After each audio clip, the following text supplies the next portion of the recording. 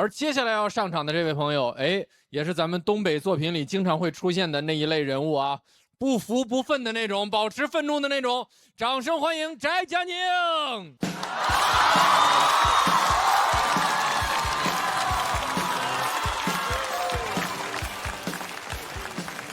哎，大家好，我是翟佳宁，谢谢。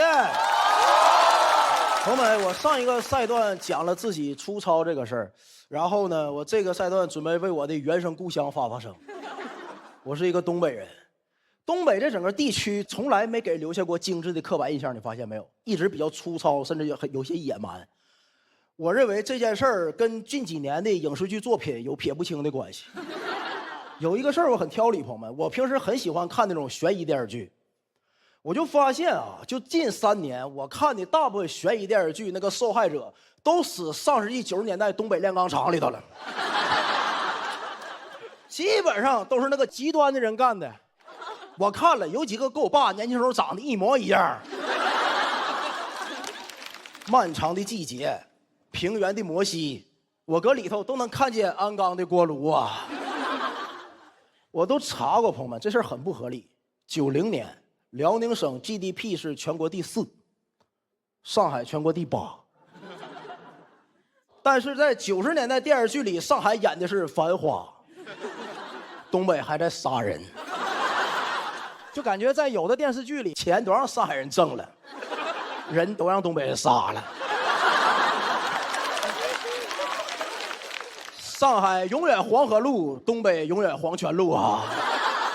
讲这段子就想送给双雪涛老师，真的，这些作品你可没少写啊，双雪涛老师。真的，双雪涛老师在这个东北犯案率作品里头有不可磨灭的贡献。有一个最出名的作品叫什么？刺杀小说家是吧？真狠起来连自己都杀。朋友们，你要像平原的摩西、漫长的季节，这些都还好，我都能接受了，起码他名字比较高雅，有点文艺气息。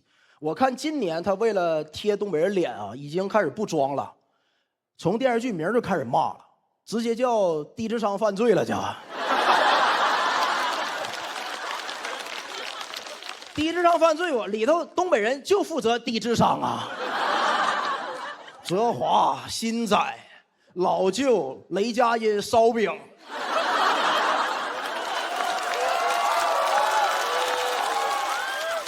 你下一步还怎么起名？你叫东北傻子来犯法不就完了吗？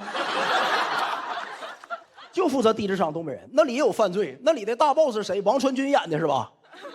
王传君是上海人。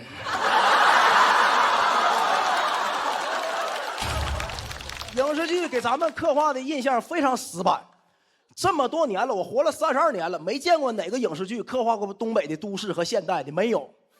你见过哪个电视剧叫东北都市浪漫情感大戏的？东北情感大戏叫乡村爱情。哇，你就感觉电视剧里东北的城市一直在杀人，完了大家一到农村就快乐的相亲结婚生孩子。东北人好像找到了平衡人口的动态方法。朋友们，哎，这是一部分。东北人不精致的第2个原因跟自己有关系。我发现东北人特别不会起名字，尤其是在商业上。我在上海陪女生去过美甲店，我发现那些美甲的命名啊非常精致，什么16切天鹅湖圆钻、网红氛围感海洋裸钻。我去过铁岭一个美甲店，大姐的分类简单粗暴，闪钻、假钻。你在上海问那些人钻有什么区别，那店主会告诉你这个适合冷白皮，那个适合暖白皮。问大姐闪钻跟假钻有什么区别，她告诉我这是玻璃，这是塑料。这句都是我编的。大姐原话是：你个男的也不贴钻，不买就给我滚，听见没？不会精致的包装，完全不会。东北有一个最出名的衣服叫皮草，对吧？我很挑理，一个东西原材料都火了，没有一个奢侈品牌。我一直怀疑东北原来也有路易威登，他就不会起名叫老陆家裁缝铺了呢，就进批发市场了。真的，很多精致的概念咱们也不会。最近几年是不是流行那种全什么什么宴的饭店？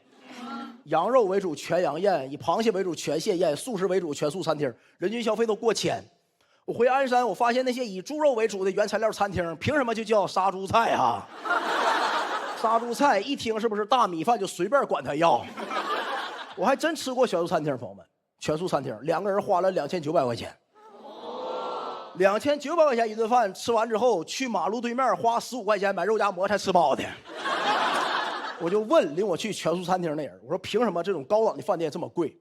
他说仔，这种高档的饭店很多都是高端商务人士谈上千万上亿的大项目，来这儿有高度的私密性。朋友们，真的，我认为纯扯淡。高端的饭店是私密性最差的地方，就你俩人吃饭，8个服务员转圈服你，有一个嘴碎的啊。反而朋友们，我认为全世界私密性最好的饭店就是杀猪菜，就是那种没有包房全是大厅的杀猪菜，你随便谈都在大声喧哗，没人听清你讲什么玩意儿啊。朋友们，你想想，最近几年有很多明星塌房那个录音，哪个是搁杀猪菜里传出来的？对吧？你随便录啊，我放出来全是脏话那玩意儿。你别说录不清，那都在抽烟，看不清你人在哪儿呢都。那才是私密性最好的地方。而且朋友们，退一万步来讲，就算你在杀猪菜里谈上千万上亿的大项目，被旁边人听见了，也根本无所谓呀。所有东北大哥都在那吹牛皮呀，搁那呀。我的妈！你谈上亿项目，你都上不去人那桌啊。那桌俄乌战争，那头中美关系，那头中东局势，你只谈钱。朋友们，你想，就哪怕那些塌房进监狱的明星，就在杀猪菜里拍着旁边大哥肩膀，大哥，我逃税2个亿，大哥，你逃2个亿，我们刚杀人嘛。祝各位生日愉快，谢谢。谢谢翟佳宁。喜欢他这段表演的观众朋友，千万不要忘记为他投票，请左票。谢谢。咱们先问问这个共鸣肯定最深刻的双老师吧，始作俑者，平原上的摩西的作者。我听翟佳宁这个作品，我都不知道什么时候该鼓掌，就是我那个点我都找不好，因为他说的是大部分挺准确的啊。哪个不准确，老师？您说我改。不准确的私下告诉你。好。就当时我最早年写的时候，其实那个罪案是一个悬念啊，它不一定是一个警官。对，但现在可能它就变成了一个警官。其实我也不是特别喜欢这个东西，所以我觉得你的讽刺是很有意思的。我觉得现在东北的犯罪题材其实并不是最高峰吧，可能前2年更多一些。我觉得现在这几年正在慢慢的减少。另外我觉得文学、电影、剧集最重要的还是新嘛，就即使他用了一个模式，但如果在模式里翻出了一个新的东西，它也是很有意思的。没，就您写了一部分，还有那个班宇和郑直老师，他们俩还功不可没。对，而且我觉得那个佳宁有很多的部分，他一笔带过部分其实也很有意思。然后后边讲那个烧烤店，其实我特别有感触。对，我每次回沈阳，我去那个烧烤店吃饭，其实我真听不清我那朋友说啥，就我主要听都隔壁桌，就聊的事儿比我们确实大不少啊。而且我觉得他比我在那个手机上看要瘦。帅，对，帅。没，怎么最后到了这么客套的环节？我也觉得他比那个在手机上要显得瘦小一点，因为我看他是很有力量的，但很帅。谢谢。他本来就是那个气场很足，感觉他应该很高大。对，现在依然那个力量感出来了，非常好。我后边一个片子就是在东北杀人的故事。我当时看你以后，我就在那琢磨适合哪一个，你知道吗？东北基本上啊，这2年影视剧里都是刀人啊。到底是为什么呀？而且《漫长的季节》甚至是在昆明拍对，的。《漫长季节》是昆明拍的，但是演的是东北的故事，那个取景都是昆明炼钢厂。确实，好像90年代的这个东北是一个特别肥沃的创作的土壤，因为经历过很多，就是大的事儿也好，到具体家庭的也好，是啊，因为我特别有共鸣，是因为我前段时间真的跟朋友在聊，我说为什么东北的影视作品全都是关于悬疑的，怎么就没有一点清新点的，或者是治愈的？咱们小时候有马大帅和东北一家人，这玩意儿现在不拍了。原来小时候东北人活雷锋，现在活阎王了变成。听大家说段子的时候，会有一种他就整个人在燃烧的感觉，就是你还是那个给人的力量感是很强的，而且真的觉得你是有担当。你第一期播的时候，你不是在说你有担当开场什么，这次又为自己的家乡担当了。那也没有啊，这不是家乡也给我素材了吗？我跟家乡相互利用，这是。对对。所以是源泉呀，这一个地方给了他那么多的创作源泉，还是东北其实还是一个性格特征比较明显的一个地方，所以说可能创作的时候大家比较愿意用。我觉得这某种意义上，其实大宅今天这段作品跟双老师那些作品，在更广泛的意义上是同一类作品，就是向我们更多的人介绍东北到底应该是怎么样。只有这个作品越来越多，才能让大家更深入、更鲜活的了解东北。行，那就谢谢翟佳宁，谢谢。请先回到我们身边。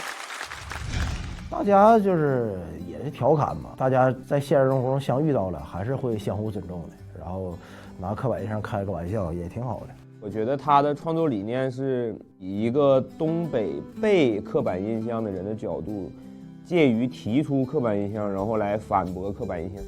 山海有情，天辽地宁，北国好风光，尽在黑龙江。1、2、3、4，我爱辽蓝。神水之阳，我心向往。嚯，你们都是一套一套的啊！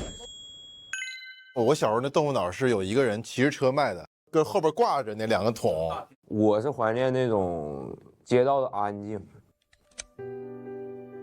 我姥家窗外那个街道，一到晚上8、9点，天一抹黑，没有车，没有人了，我就愿意站那个阳台去看外面那个街道，就只有路灯。三好街是我人生第一份工作的地方，我去的第1年还热热闹闹的，然后随着电商的发展，他就没有人去那儿买东西了，但大家也不知道怎么办，就还得在那儿坚持干。它其实很像东北的整个大环境的一个在10年内的一个快速缩影。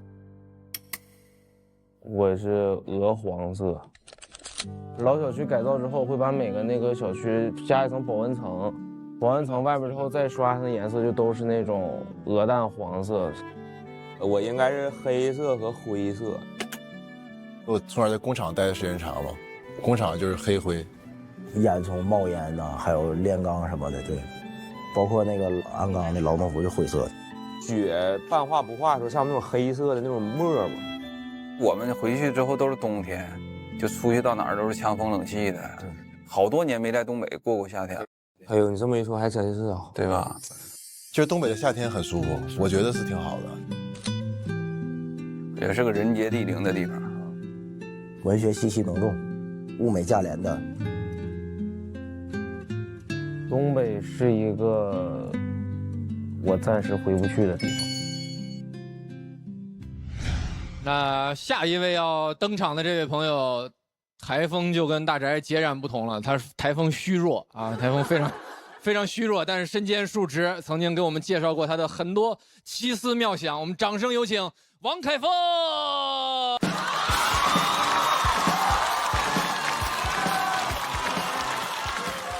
谢谢大家，我是王凯峰。谢谢。我首先非常喜欢今天这个赛制啊，我们是上一轮1v1对决的2个选手，这一组组成了队友，结下了非常深厚的友谊。我觉得世界杯如果这样比的话，那阿根廷和佛得角会一同步入下一轮。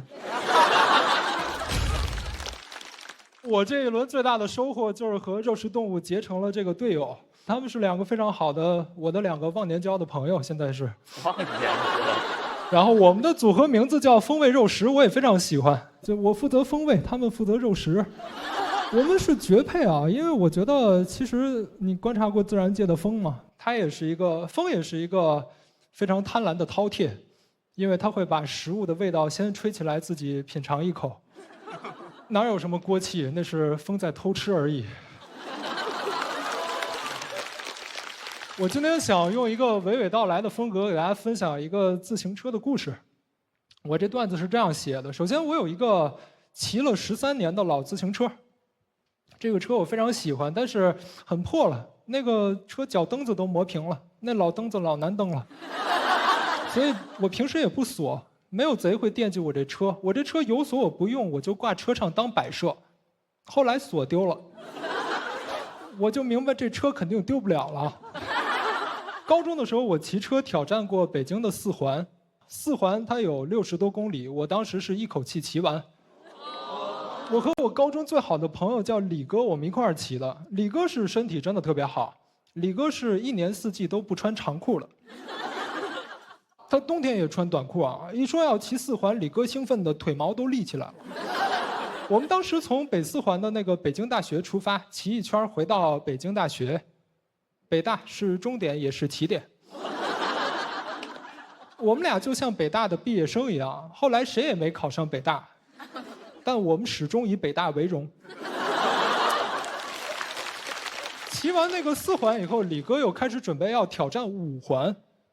我问他说：“李哥，咱都骑过4环了，你为啥还要骑5环？”李哥思考了一下，然后说：“因为5环它比4环多1环。”我说：“您才是真的5环之歌啊！”那个5环路况非常复杂的，很多地方都是乡道，一个不小心，李哥就和乡道上的乡民相撞了。谁能想到多的这一环是险象环生的环？李哥受了一些擦伤，人没大事儿。他其实都没必要受擦伤的啊，谁让他非得穿短裤？乡民也没事儿，因为乡民是机动车，乡民全责，全程都在责骂李哥，而且还讹了李哥200块钱。李哥一直耿耿于怀，直到10年以后，北京取缔了3轮摩托车。那一天，李哥往朋友圈分享了一首《好日子》。最敬佩李哥的就是骑完5环以后，他又开始研究如何骑6环。我都不敢想象，他要是真的拿下了6环，他下一步该干嘛了？下一步7环，7环这么近那么美，李哥骑河北。8环李哥该周游中国了，9环环游世界，李哥走赤道。10环李哥该上天了，10环李哥会变成一颗短裤卫星，绕着我们一闪一闪亮晶晶。当然了，前面这些环如果李哥又出了车祸，那他也会直接变成天上的星星。好在他后来没能骑成6环，因为他后来发现6环压根儿就没有辅路，没法升级路。李哥后来就开始升级车，他是后来把他那个自行车换成了一台2手的死飞自行车。死飞了解吗？死飞这种极简主义自行车啊，它追求最少的零配件，所以死飞没有闸。我曾经问过李哥，这个死飞的全称是不是死得飞快？李哥非常幽默，他说不是，是死于非命。我说那别骑了，而且他买的是一个2手死飞，你很难不怀疑1手那位曾经发生了什么。后来李哥自己也发现死飞不太好骑，所以死飞的功能就变成了李哥平时骑这个死飞去地铁口，然后改坐地铁出行。我说李哥太厉害了，你花钱买了个共享单车。李哥平时也不锁车，我也不锁车，还记得吗？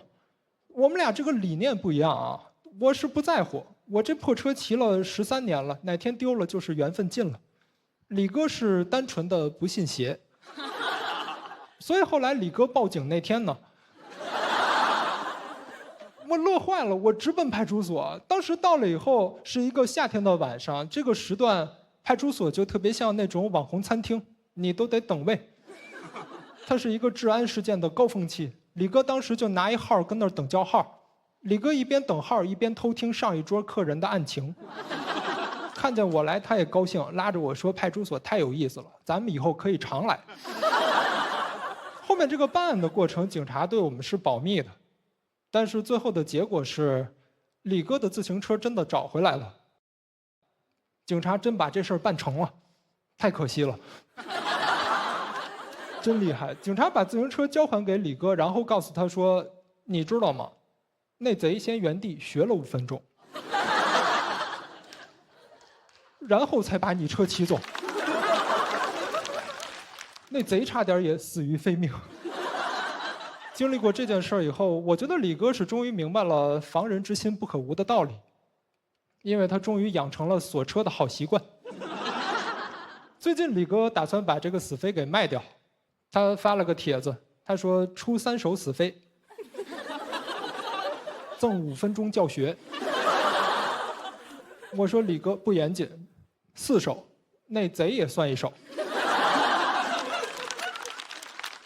我看了眼李哥的报价，比他2手买的还高。我说李哥生意人，你打算怎么把这个死飞给卖掉？李哥的那个话特别像一个2015年的创业者。李哥说：“首先我们要讲一个自行车的故事。”谢谢大家。谢谢王凯峰。喜欢凯峰这段表演的观众朋友，千万不要忘记为他投票，请锁票。我们先缓缓啊，我相信没有人在10年之内能理解这段表演。我先问个问题，我感觉说完了吗？说完了。相对来说，我觉得是一个首尾呼应的这么一个结构。那这个问问双雪涛老师，这个故事您拍在哪个点上了？是我拍在前面现挂的部分了，他那明白部分很松弛，很好。但进到后边就也挺好。这个李哥的故事开头其实我还是很好奇的，那后来的最后1/3其实稍微有点溜号，但后来派出所那部分我又回来一些，因为刚才那个翟嘉玲的那个他讲得很猛嘛，你这个像一首民谣，他那个像 rock and roll 重金属，然后我从那个爆炸性的重金属过来，然后听这个随着李哥的步伐，他还骑单车，对不对 ？Yes。我在想，凯峰，你是不是因为你说话一直是一个节奏，你的停顿、轻重缓急都是一样的，所以很容易让大家跟着那个节奏就会有一种倦怠感。我其实也可以上劲儿，但是感觉怎么着也上不过翟佳宁。你有没有想过推一个道具来讲呢？比如推一个单车。什么道具？单车啊，单车。单车，他说。一边骑着一边讲。对，他得先学5分钟啊，他得。但是我还是非常喜欢你的那些风啊这些的比喻，我觉得你写这些真的是一绝，好美啊。那个风是在现挂里边的，是不是啊？风是前2天跟肉食采访的时候，我突然想到的。对，这就是他最厉害的地方。我真的也是非常喜欢你天马的行空，你所有的比喻啊，像一个很怪的诗，从来没出现过的一个诗人写的古诗一样。但是这次就是我没有深陷在你虚弱的文风里边，但我好像在并排着跟你走，在这看。但是你的表演很统一啊，包括你的打扮，还有你讲话的方式。有一方面是我这个语言就是确实可能我看字幕到时候会再给你补个灯。对，你到时候有什么事你发弹幕上，然后我们一起拜读一下啊。之前大家所喜欢的可能是您那种比较飘渺的，或者说是比较务虚的那种表达。然后这个故事可能对您来说太实在了，我反而想听那种关于风的解释，关于之前我们那些东西的理解，是我们对您这个人的一点刻板偏见，可能是。我会继续风的那种类型的创作。我听到那个开头，我极其期待，因为我觉得凯峰有一辆骑了13年的自行车，这种又别致又老派，或者是在他身上充满了矛盾又很合理的这么一个行为，就非常像他要写的段子。但是李哥凭什么出现在这个故事里？对，我也很期待，我以为主角是那个单车。就是大林说的，当李哥这么一种现实人物，然后又加上有这派出所的同志啊什么出现的时候，这就是我们都会写的那些小故事了，就不，我有一种不劳驾您来给我们讲的这种感觉，这有点遗憾，我是真的多少有点。本来是一个先锋表演，您给我们落实了，感觉啊，我觉得很有收获了，这事儿就这么定了啊，我之后就这个风格的创作啊，少写寻常故事 ，OK 的。好嘞，谢谢凯峰，谢谢。请先回到我们身边。那下面要上场的这一位，也是这一大组 PK 的最后一位，也是一位脑洞奇奇怪怪的朋友。我们掌声有请林显器。我前几天确实是在玩，那我后几天不是在加倍的努力吗？那我在这个说后面也行啊。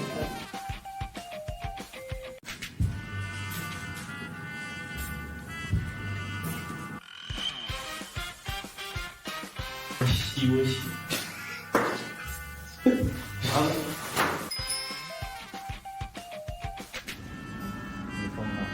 躺平。很上进，半夜都要改稿。我需要一块白板。我回去了。嘿。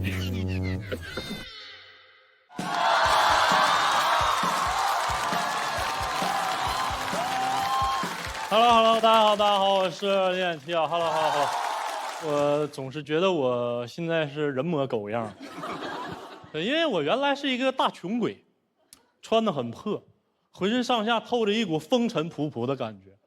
我当时跟朋友第一次见面，他问我：“哎，你家住哪儿？”我说：“我住火车站那边。”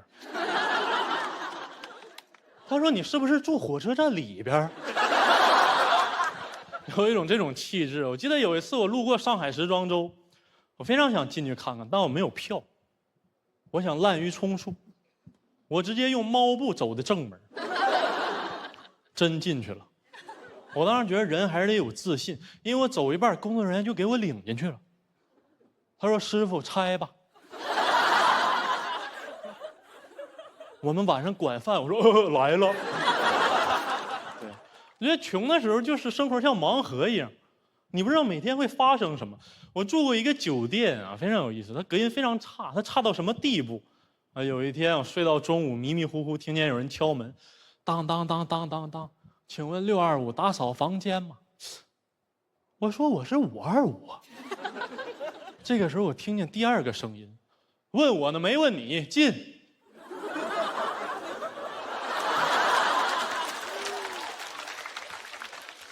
我隔着楼层听见保洁推门，又出现了第三个声音，谁让你进我屋的呀？哎，我们三个就是需求不同，我们但凡需求一致，会像个合唱团。当当当，打扫房间嘛，进进进。太梦幻了，我感觉我住在童话里。格林童话写的不会就是格林豪泰吧？毫无隐私可言啊！但你一无所有的时候，你管不上隐私。啊，那个网上说酒店的镜子里面会有摄像头，啊，我破罐破摔了，依然全裸。当我会在路过镜子的时候，我突然看他一眼，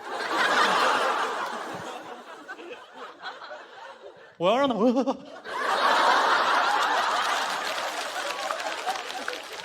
他怎么知道有摄像头呢？那怎么知道有摄像头还光着屁股呢？啊，这个男人穷的可怕呀！因为穷的时候就是有一种奇怪的潇洒感。我当时用的耳机可以代表我的态度。我当时在用一个6.9块的无线蓝牙耳机，6.9块，哎呦，它都不是某果的赝品，它是华强北的赝品，假华强北，像华强。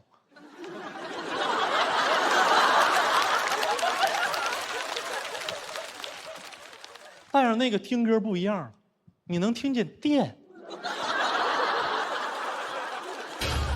但我还是觉得戴6.9块的耳机姿态很帅很潇洒，因为真的耳机丢了你会心疼，但我这个耳机丢了就丢了呗，有回听完歌我都扔了。我这么一扔它炸了，它6.9块我都当听完歌的赠送我一个摔炮。我穷的时候非常自如，我以为我挣点钱之后会更潇洒，但我会时常反而觉得窘迫。比如说这个坐头等舱的时候，哎，没有，啊，对，做过一次，哎呀，还是跟你们说有成就感。我跟我发小炫耀，他都听不懂。我说哥们儿，我有罗永浩、杨天真微信。他说我还有何炅、谢娜 QQ 呢。坐头等舱压力很大，我觉得我不配那种无微不至的服务，对吧？空姐会蹲下来，先生给您拿拖鞋，先生给您拿的水果，先生给您拿的毛巾。我说我是不是得癌症了？你给我拿点靶向药好不好？我觉得我不配，而且这个头等舱通道我也不敢走。我觉得我一走头等舱通道，所有排在经济舱队伍的人就要停下来等我，让我压力很大，所以我也排在经济舱队尾。但是有一个老太太插了我的队。我没有生气，我反而是感觉到一种兴奋，因为他错在先，所以他给了我一种理直气壮的膨胀。人性就是这么复杂。我第一次坐头等舱，但我当时心里就4个字，我说：大胆刁民。你知道我是谁吗？我就在他身后静静的等，我等下一个马上就要到他的时候，我立马闪现到头等舱通道。我拿着我手里的机票，我跟地勤说：不好意思，我是头等舱乘客。他说：好的，先生，我们先让老人先走好吗？非常羞愧，非常羞愧。而且有时候你越心虚就越添麻烦，啊！飞机刚落地，我一起身就把手机滑进了头等舱里面的座椅里。我本来以为头等舱它就是一把椅子，但那里面其实非常复杂。这个乘务长走过来给我手机打电话确认他在座椅里面的位置，给我打了好多电话才确认。然后所有空少和空姐就蹲在那儿围着帮我掏了1个多小时，直到这个机长走过来说我们还需要多久时间，我们要耽误后面的飞机延误。这个时候我心说这个手机我是真不想要，手机你跟着飞吧，你以后是飞机了，你知道吗？当乘务长最后把手机递给我的那一瞬间，我非常羞愧，我发自肺腑地说我错了，非常抱歉，实在是太麻烦你们了。乘务长说对，对。我感到意外，所以重复了一遍，但我又感觉我的重复像是质问，所以我就赶紧补了一句不起。我快速的红着脸跑下飞机，心里非常愧疚。但这个时候我看手机上有好多未接来电，我就给回了过去。我非常懵懂啊，直到对面说又咋的了这位乘客呀？好，讲到这儿吧，谢谢大家。谢谢林简七，喜欢他这段表演的观众朋友，千万不要忘记为他投票，请锁票。谢谢林简七，好，谢谢。今天林简七也变得正常了起来，好像是不是？对，可能能量是被我旁边吸走了。但还是很精彩哈。我看过他的一个视频，对，讲得很飞，猫头鹰啊，对，随着自己的意识流来不断的开花。其实事实上，林简七他大部分时间是跟自己的意识流生活在一起，所以那个才是最真的现实，那个是超现实。我怎么一个字儿也听不懂？你给他病根逗起来了。意识是都有意识，但应该是2个流，你知道吗？确实是跟以往的那个风格不是太一样。我挺喜欢的，就我很难客观的评价他，他说啥我都觉得挺好笑的。刚才拍的是什么？你怎么说的来着？能听见电。哦，对，他能听见电。你喜欢能听见电的呢？不是，我觉得这个很好笑。然后我拍的时候你还瞥了我一眼，就你感觉我在干嘛？那倒没有，我觉得哦，原来马姐喜欢这样，喜欢插牌，爱迪生。我就觉得这句话很好笑啊。然后我看了一眼你没有给我认可，我就想说那行吧，那是我自己品味的问题。没有，我一看你在品味，我怕影响你。Okay. 让你自己细细品味。我是拍在摔炮那儿的，对，因为我已经好多年没有听到这词儿了。对，这是我们东北孩子小时候经常玩的一个东西。过年的时候，对，我其实那个在店那儿我也想拍来着。哦，你有共鸣是不是？对，我觉得那个还好不是我。对，但我也是看你拍了之后，我合计别打扰你独自欣赏。但我觉得摔炮那儿我还是忍不住我拍了啊。那我觉得这个题材就是穷和有钱这个题材在。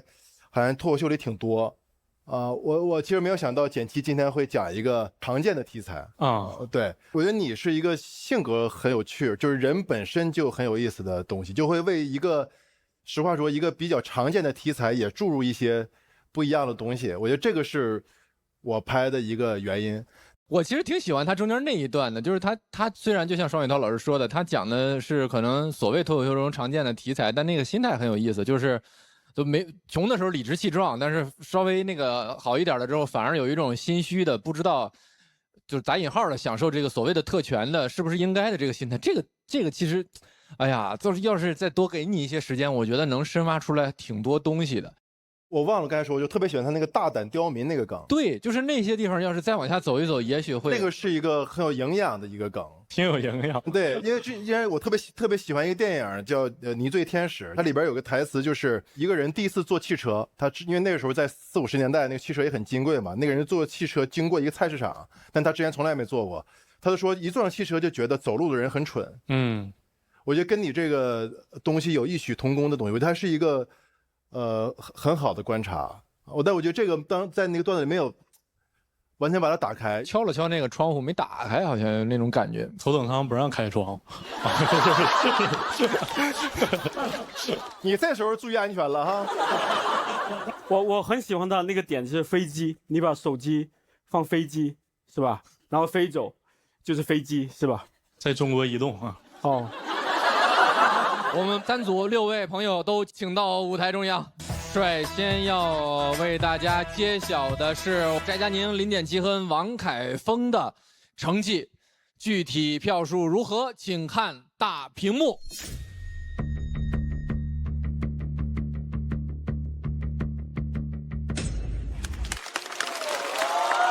翟佳宁197，林典琦180，王凯峰146。那么3组对决的结果如何，请看大屏幕。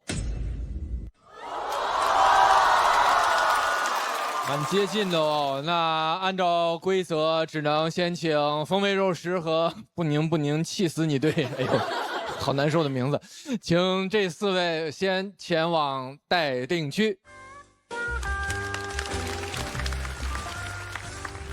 我特别喜欢他们俩，我不是开玩笑的。我因为去年你的我就看到了，然后今年的也就是大概1周前，我看到你那个，他们说是什么普鲁斯特意识流那个脱口秀，有点地球仪那种感觉，对，非常精彩，真的，对，真的非常好，对，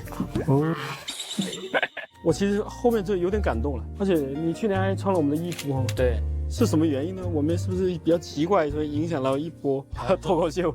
我也是非常喜欢五条，哎呦，我坐起来了！我的天哪，其实我真的，我最喜欢的一首歌《阿炳耀》，我最喜欢这首歌，但是我不会唱，就会唱《阿炳耀》。我这个好像是我都忘高中时候，天哪，是不是我们的时代要来了？第一次听的时候应该是那个，当时还不知道是他们写的。我必须摆脱这些烦人的事。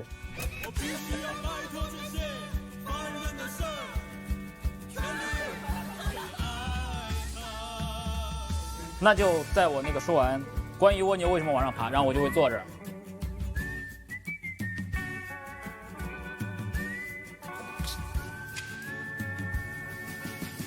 你这个人字拖都穿成这样。对啊，挺酷的。我冬天都穿人字拖，我特意买的带这个足弓支撑的人字拖。你觉不觉得只有人字拖才算拖鞋？那肯定了，可以为他付出青春的，可以为他付出扁平足。